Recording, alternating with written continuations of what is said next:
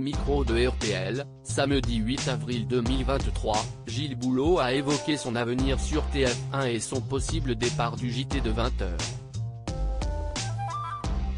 Il veut partir dans la joie, la bonne humeur, sans regret et sans aigreur, a-t-il confié.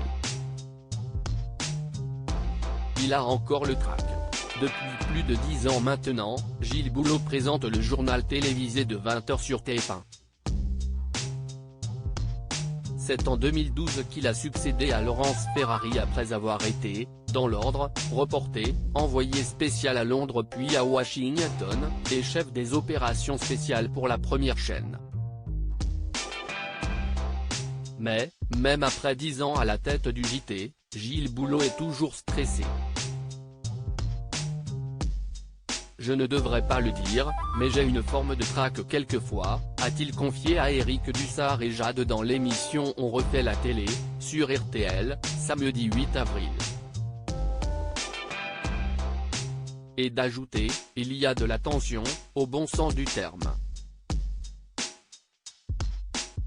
Tension qui se comprend quand on sait que le 20h de TF1 est le journal le plus regardé de France, par 5,5 millions de téléspectateurs en moyenne.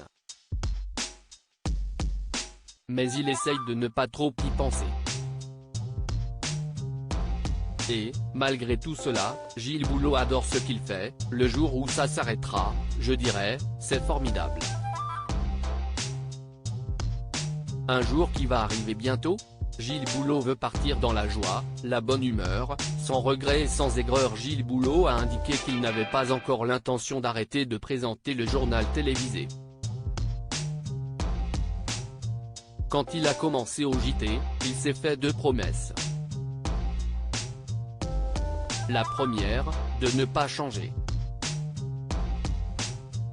J'ai suivi les conseils de mon ami Jean-Pierre Pernaut qui n'a jamais pris le melon et qui m'a dit « Reste ce que tu es », a raconté Gilles Boulot. Et d'ajouter, et, deuxièmement, de partir dans la joie, la bonne humeur, sans regret et sans aigreur. Ainsi, il veut partir avant de faire la saison de Ligue 1 de trop. C'est-à-dire que, si je ne peux plus marquer de but et que je recule d'avant-centre à milieu de terrain, à gardien et à coupeur de citron, je préfère partir, a-t-il déclaré, filant la métaphore sportive. En tout cas, ce n'est pas pour tout de suite. Gilles Boulot a bien l'intention de continuer la saison prochaine, si Dieu le veut, si mes patrons le veulent et si les téléspectateurs le veulent, a-t-il glissé. À suivre.